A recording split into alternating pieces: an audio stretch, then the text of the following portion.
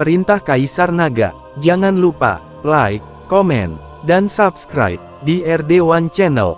Bab 3107. Menghadapi hal-hal di altar, semua orang terdiam.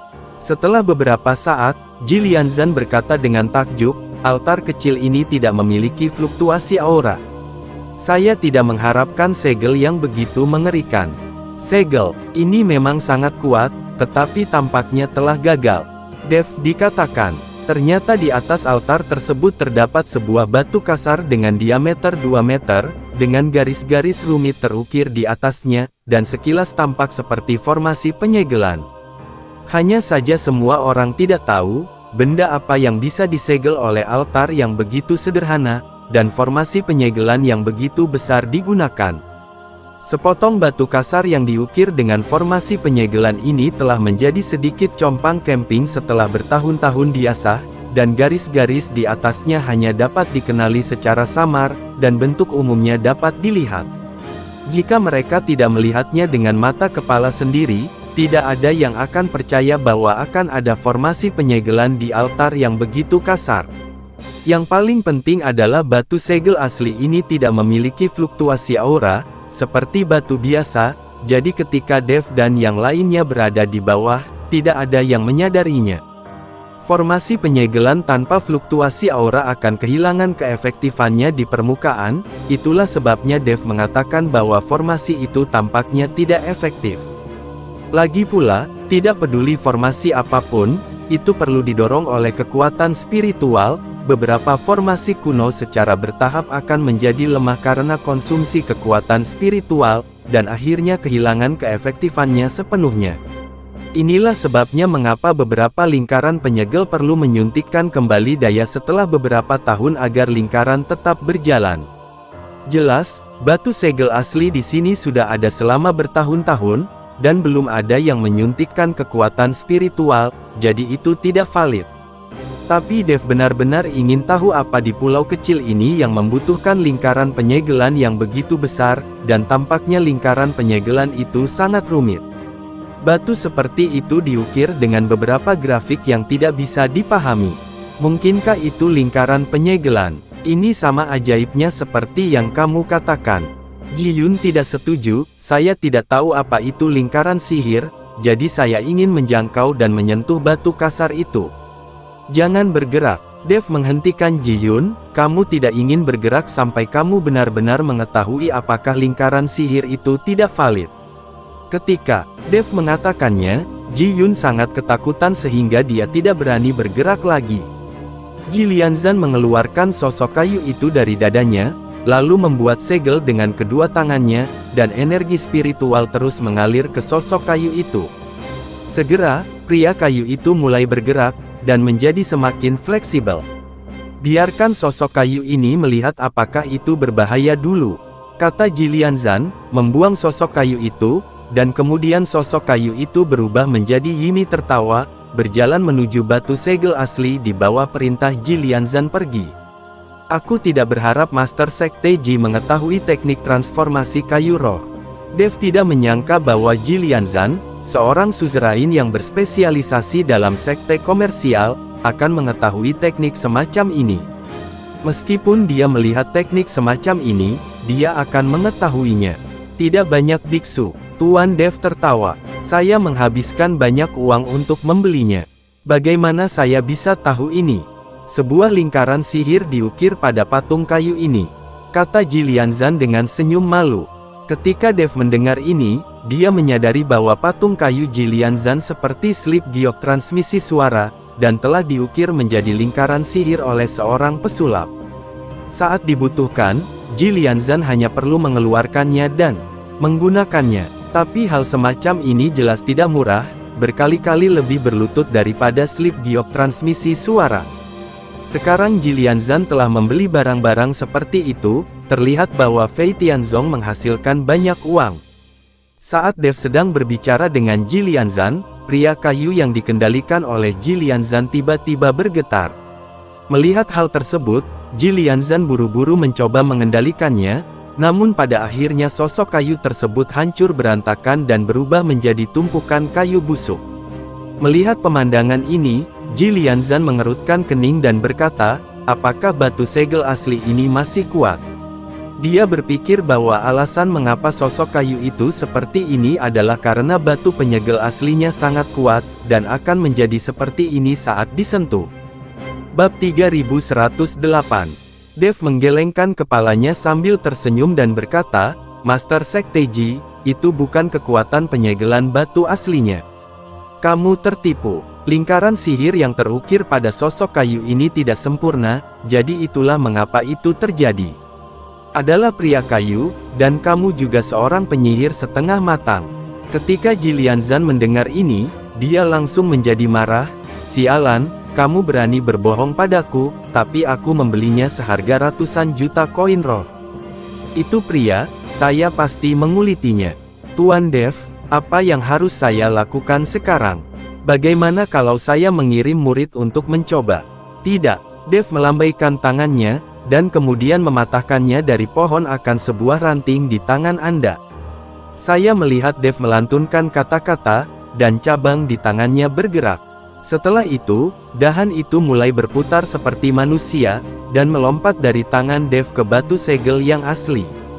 Kemudian di bawah kendali Dev, cabang itu melompat-lompat di atas batu segel asli, tidak ada yang terjadi, dan seluruh altar tidak merespons. Melihat metode Dev, Jilianzan sangat mengaguminya. Terlepas dari kekuatan Dev, dengan metode operasi Dev, jika dia berbisnis di dunia surga dan manusia, dia pasti bisa menghasilkan banyak uang.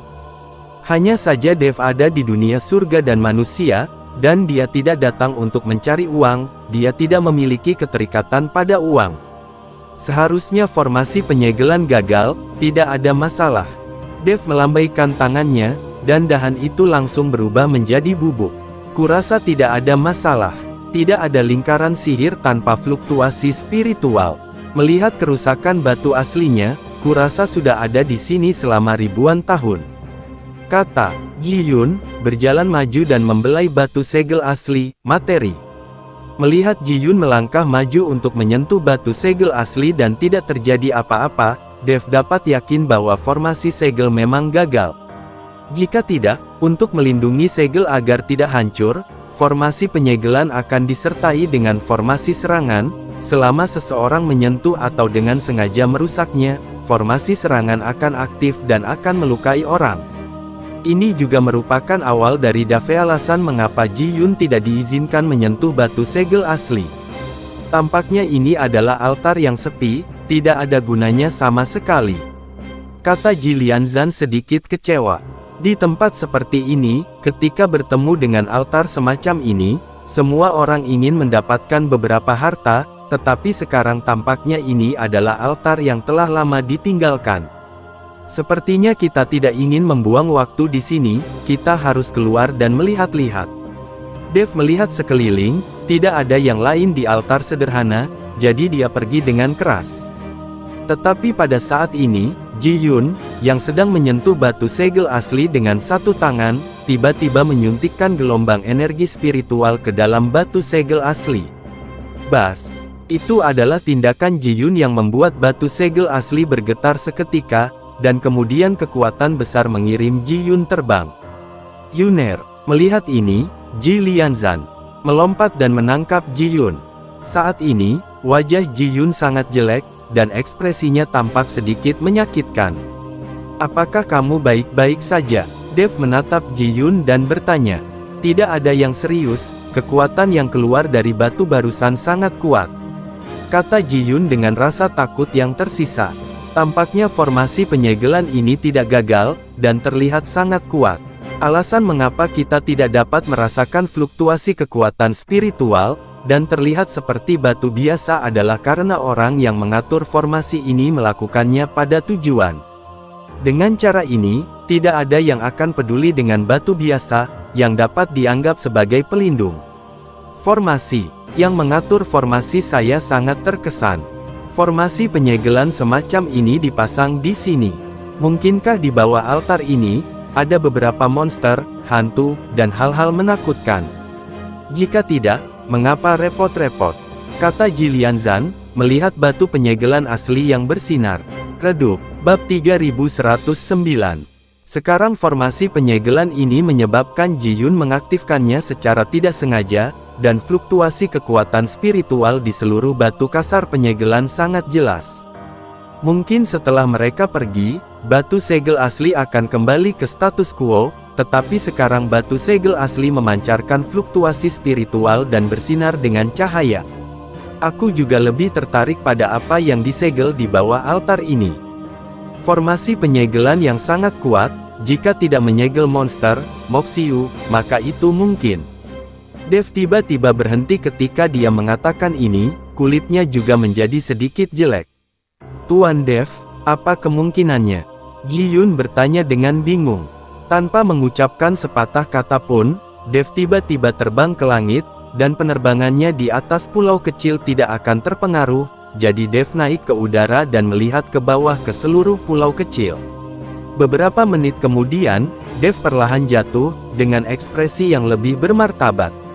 Mungkin saja ini hanya mata dari formasi penyegelan, dan seluruh pulau kecil ini adalah formasi penyegelan yang sebenarnya, dan hal-hal yang perlu disegel ada di bawah pulau kecil ini.